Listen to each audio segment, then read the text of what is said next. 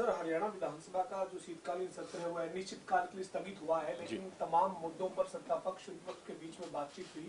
लेकिन हरियाणा में जो नौकरियों में भ्रष्टाचार का मुद्दा विपक्ष ने उठाया, काम रोको प्रस्ताव आया, उसके ऊपर लंबी चर्चा हुई 3 घंटे के करीब। मुख्यमंत्री जी ने जवाब दिया, लेकिन सदन के बाहर अब विपक्ष कह रहा है कि हम संतुष्ट नहीं है सरकार के जवाब से।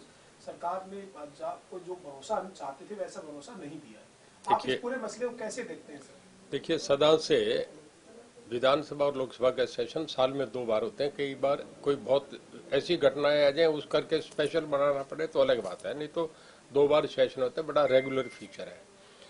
और हमारे यहाँ अगर दूसरी विधानसभाओं से देखें तो हरियाणा में बहुत कम शोर होता है, बहुत डिसिप्लिन है, बहुत तरीके से, बहुत संयम से सारी बातें चलती है। अपोजिशन का काम है, एक हेल्दी अपोजिशन में काम है कि वो अपना सारे तरीकों पे, हर मुद्दे पे जहाँ सरकार की कमजोरी है उनको उठा के लाए और सामने कहे। इसका हम वेलकम करेंगे, पर वो होना चाहिए जिसमें जस्टिफिकेशन हो, जिसमें बैकग्राउंड हो। उन्होंने जो भी मुद्दे उठाए अगर खाली शोर करने से देखें तो उसका कोई मतलब नहीं होता। अकेली किरण चौधरी, मेरे ख्याल में पूरे सभा का जितना हाउस चलाओ उसमें अकेला 30% उस अकेली का पार्टिसिपेशन रहा। मतलब हर बात पे खड़े होना, इसका मतलब हाउस का चलना भी बिना बात रुकता है। आप कहो विद ग्राउंड कहो और जस्टिफाई करके कहो तो अच्छा लगता है, सरकार जवाब देगी। सब बातों को सुन के हमारे मुख्यमंत्री जी लास्ट दिन बोले, उनके कहने से हम सेशन भी बढ़ाते गए, एक दिन सेशन भी बढ़ाया। सेशन बढ़ा के सुबह 10 बजे से लेके शाम के 6 बजे तक सेशन चला। उस दिन लंच की ब्रेक भी नहीं रही। सारी बात ने कहा और समय बढ़ाओ और बोल रहे तो सब नए मेंबर जो पहली बार बन के आए, एक हमारे नीरज शर्मा है फरीदाबाद से, उनकी सजेशन थी स्पीकर साहब से कि जी हाउस आज जो नए मेंबर आए उनको ज्यादा समय दो, उनको देने के लिए भी 2 घंटे और सेशन चला। पूरी तरीके से उन्हें मौका दिया कि आप जो चाहे वो करो, पर अपने समय से समय तो बटा जाता है कि जितने सरकारी मेंबर होंगे उनकी कितनी स्ट्रेंथ है, उस हिसाब से उनको उतने घंटे मिलेंगे। जितना विपक्ष के जितने मेंबर होंगे उन्हें उतने घंटे उसी में बांट के मिलना है। हर आदमी को 3-3 मिनट मिल रहे थे, तो उस पे सबने करा। पर हमारे मुख्यमंत्री ने जब रिप्लाई करा लास्ट में तो सारी अपोजिशन गायब हो रही थी, वो वहां टिकी नहीं। उन्हें सब बातों को सुन के जाना चाहिए था। जब सारी बातें उन्होंने कही तो उसका मुख्यमंत्री जी ने जवाब देना था। वो सुन के उस वक्त केवल 5 मेंबर कांग्रेस के रहे, बाकी सारे चले गए। इवन हुड्डा साहब भी नहीं रहे थे, वो भी चले गए थे। अब उन्होंने जब करा, हमारे मुख्यमंत्री जी विचलित नहीं थे, पूरे कॉन्फिडेंस से हर बात को रिप्लाई करा। और उन्होंने आखिर विपक्ष को ये भी कहना पड़ा, उस दिन हाउस में सब मीडिया भी वही था, कि हम बहुत धन्यवाद करते हैं स्पीकर साहब का कि बहुत अच्छे तरीके से आज हाउस कंडक्ट करा, सबको बोलने का मौका दिया, लंबा हाउस चलाया, इसके लिए हम आपको धन्यवाद भी करते हैं।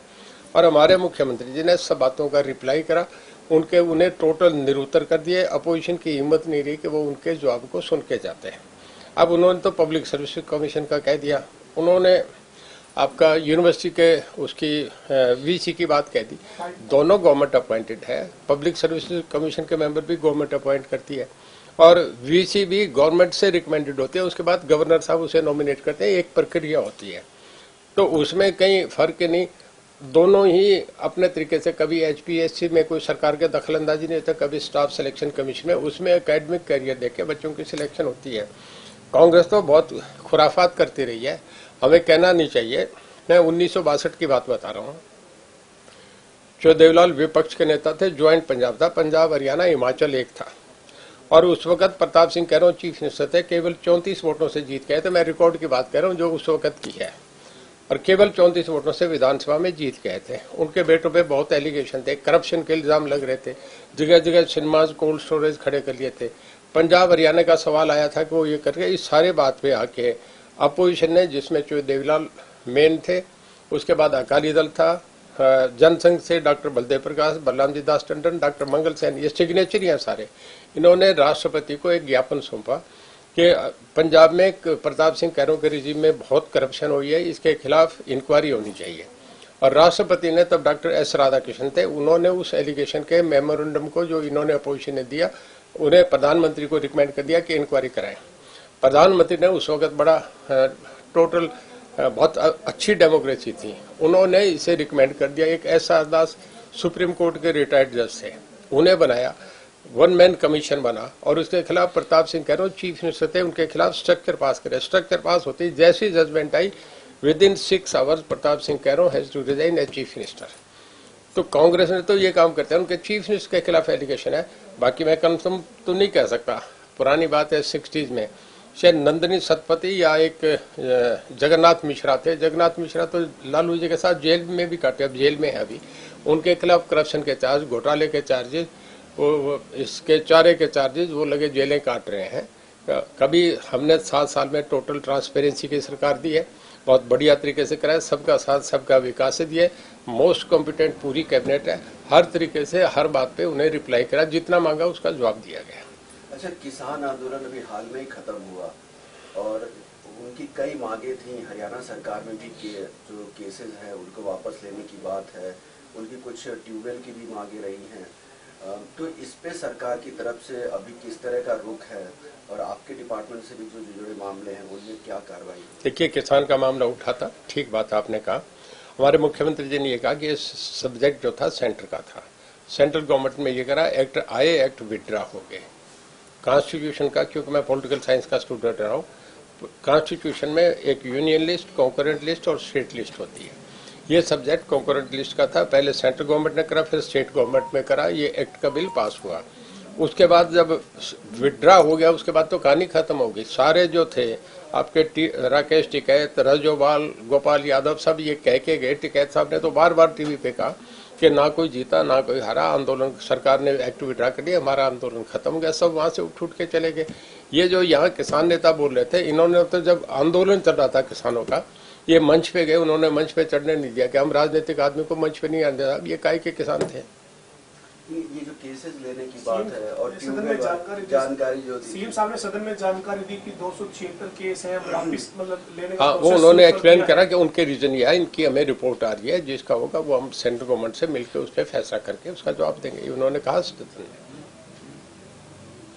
सर, ये जो विपक्ष है वो लगातार ये कह रहा है कि तमाम मुद्दों पर, हालांकि आपने स्पष्ट किया है कि मुख्यमंत्री ने तमाम चीजों पर बात साफ तौर पर बताई है, जवाब दिए, लेकिन विपक्ष ये कह रहा है कि हर मुद्दे पर सरकार लीपापोती कर रही है, भ्रष्टाचार हरियाणा में बढ़ चुका है। ये मतलब सदन के बाहर की बात, चाहे नेता विपक्ष भूपेंद्र सिंह हुड्डा की सदन के बाहर की प्रेस कॉन्फ्रेंस हो या बाकी जो कांग्रेस के नेता उनकी बात करें, इंडियन नेशनल लोकदल कह रही है कि हम राष्ट्रपति को जाकर ज्ञापन देंगे और मांग करेंगे कि नौकरियों में धांधली के मामले की जांच करवाई जाए। क्या कहेंगे? देखिए, हाउस में जो भी चीज कहा जाता है ना, चाहे कोई चीफ मिनिस्टर कहे, मिनिस्टर कहे, वो ऑन रिकॉर्ड होती है, उसे कोई चेंज नहीं कर सकता। हमारे मुख्यमंत्री ने सारी बातों का जवाब दिया है, वो ही नहीं थे हाउस में। उन्हें अगर ठीक बात उनके एलिगेशन थे तो हाउस में रुकते, उनको जवाब सुन के जाते। उनमें से एक भी मेंबर आया, ये भी आप रिकॉर्ड में देख लें, आप सारा मीडिया भी था, सारे अपोजिशन के लीडर जितने थे सब, इवन हुड्डा साहब लीडर ऑफ द अपोजिशन, वो भी चले गए थे, कोई रुका ही नहीं था। अभी भी चला गया था तब, वो भी वहां नहीं रुका था। अब एलिगेशन लगाना, कोई जिनका जो अनफाउंडेड हो उन बातों का कोई जवाब थोड़ा ही होता है। जी सर, ये सरकार 25 दिसंबर को सुशासन दिवस के तौर पर मना रही है। हर साल सरकार 25 दिसंबर को सुशासन दिवस के तौर पर मना रही है। राज्य स्तरीय कार्यक्रम पंचकुला में हो रहा है जहाँ पर मुख्यमंत्री रहेंगे, लेकिन तमाम मंत्रियों की भी जिम्मेदारी सौंपी गई है। आप किस जिले में जा रहे हैं सर सुशासन दिवस के मौके पर? मेरी जिम्मेदारी फतेहाबाद जिले के लगी है, फतेहाबाद के लिए आज जा रहा हूँ। कल वो है हमारा 10 बजे 11 बजे कार्यक्रम है, उसमें कल ज्वाइन करूँगा। अच्छा, एक विधेयक वहाँ पास हुआ सदन में, निजी विश्वविद्यालय संशोधन विधेयक, जिसके तहत एक प्रावधान ये भी रखा गया है कि पानीपत में गीता विश्वविद्यालय खोला जाएगा। तो इस तरह के जो कदम है उसको आप किस तरीके से देखते हैं? देखिए, स्टेट की जब बड़ी फास्ट डेवलपिंग होती है, आजकल ये हो गया कि एजुकेशन और टेक्निकल एजुकेशन का बहुत बड़ा मीनिंग है। सारा जो देश का जीडीपी बढ़ता है, स्टेट का बढ़ता है, सारा इसी बातों से बढ़ता है। जो भी स्टेट सबसे आगे गई, उसका कारण ये रहा कि एजुकेशन वहाँ सबसे आगे। एजुकेशन तो हब बनता जा रहा है हरियाणा में बहुत बढ़िया तरीके से। अब तो हम इंडस्ट्री में भी, इसमें भी, दोनों जगह बहुत तेजी से आगे बढ़ रहे हैं। और आप सोनीपत, पानीपत यहाँ देख रहे हैं, कल्पना चावला वो मेडिकल कॉलेज, बहुत अच्छे इंस्टीट्यूशन आ रहे हैं। तो ऐसी संस्थाएं आएंगी तो बहुत बढ़िया है। अब जेल मंत्री हैं, जेल सुधार के विषय में क्या अभी कोई कदम उठाए हुए? हमने कर दिया जी, फाइनल इश्यूज कर दिए। मैंने पिछली बार भी आपको बताया था, हमने 40-44 उसमें नई संशोधन कर रहे हैं, जिसमें जेल का नाम बदलना, जिसमें बढ़िया खाने को डाइट देना, लेडीज को ज़्यादा बच्चों के साथ समय करने के लिए उन्हें ज़्यादा समय देना, जेल को बाइफरकेट करना, उसमें जो हार्ड कोर क्रिमिनल्स हैं उन्हें अलग रखें ताकि दूसरों पे नहीं, और जेल में सुधारने का कि जो अंदर लोग हैं वो अच्छे बने। हम उन्हें जेल में ये नहीं समझे कि वो कैदी हैं, हम ये समझे कि हमारे पास कुछ, हम उनके एक साइकेट्रिक उन्हें ट्रीटमेंट दें, उन्हें अच्छे नागरिक बना के, ताकि वो एक नॉर्मल स्टीप लाइन में लोगों के साथ ज्वाइन करें, घर जाके अपने बच्चों के साथ अच्छे तरीके से जीवन व्यतीत करें। सर, हरियाणा में कष्ट निवारण की समिति की जो बैठकें हैं वो नहीं हो पा रही, आप फतेहाबाद के चेयरमैन भी हैं, तो बढ़ेगी जो कष्ट हरियाणा में कष्ट निवारण की जो बैठकें होती हैं, जो कष्ट निवारण की ऐसा है कि एक तो जो ये था आपका कोविड करके, इससे 1 साल तक रुक रही, पर अब जैसे ठीक हुआ ये सारा मामला और उसके बाद से शुरू हो गया। मैंने हिसार भी करके आया, फतेहाबाद भी करके आया, अब सारी जगह हर नॉर्मल में है। ये तो सदा से चली आ रही है, चाहे कोई भी मुख्यमंत्री रहा, ये तो डिस्ट्रिक्ट पे होता है जो करा करते हैं। कभी भी बंद नहीं हुआ था, केवल कोविड करके हुआ था, अब दोबारा फिर शुरू हो गई है। सर, ये आपने कई जिलों में जब अपने कार्यक्रम बनाए हैं, क्या इनका मकसद क्या है कार्यक्रमों का, लोगों के बीच में जाने का? देखिए, हमारा एक है, एक तो ये है कि सरकार जो अच्छे काम कर रही है उनमें दें। जैसे मेरा डिपार्टमेंट बहुत बड़ी ठीक कर रहा है। मैं लोगों को एक गाँव में बिजली में लोगों को 24 घंटे लाइन में गए, गाँव के लोगों को एजुकेट कर रहा हूँ कि बिजली आपके लिए बहुत, मैं 24 घंटे बिजली, सबसे बढ़िया इस वक्त हमारा गुजरात के बाद हम नंबर 2 पे चले हैं पूरे देश में, जो सबसे बढ़िया जहाँ की संस्था है। अभी निर्मला सीतारमण जी ने भी तारीफ करी, सब चीफ मिनिस्टर में, हमारे चीफ मिनिस्टर को उन्होंने कॉम्प्लीमेंट करा। तो हम चाह रहे हैं कि लोगों को जाके एजुकेट करें। और बिजली पंचायतें कर रहा हूँ, लोगों को कहूँ तुम बिल भरो, मैं किसान का बेटा हूँ, तुम्हें जितने आपको पोल चाहिए, जितने ट्रांसफार्मर चाहिए, जितने आपको कंडक्टर केबल चाहिए, हम आपको देंगे। और ट्यूबवेल भी हम बड़ा तेजी से दे रहे हैं। अभी हमने 15,000 ट्यूबवेल नए सैंक्शन करे हैं, जो हम जुलाई 2022 तक लगा देंगे, क्योंकि अभी फसलें चल रही हैं। सरसों के खेतों में तो अभी चल रहे हैं, पर बाकी की फसलें जैसे गेहूं की ये कटेगी, उसके बाद बड़े ट्राले वो जाते हैं, तो 2 महीने हम सारे लगा देंगे।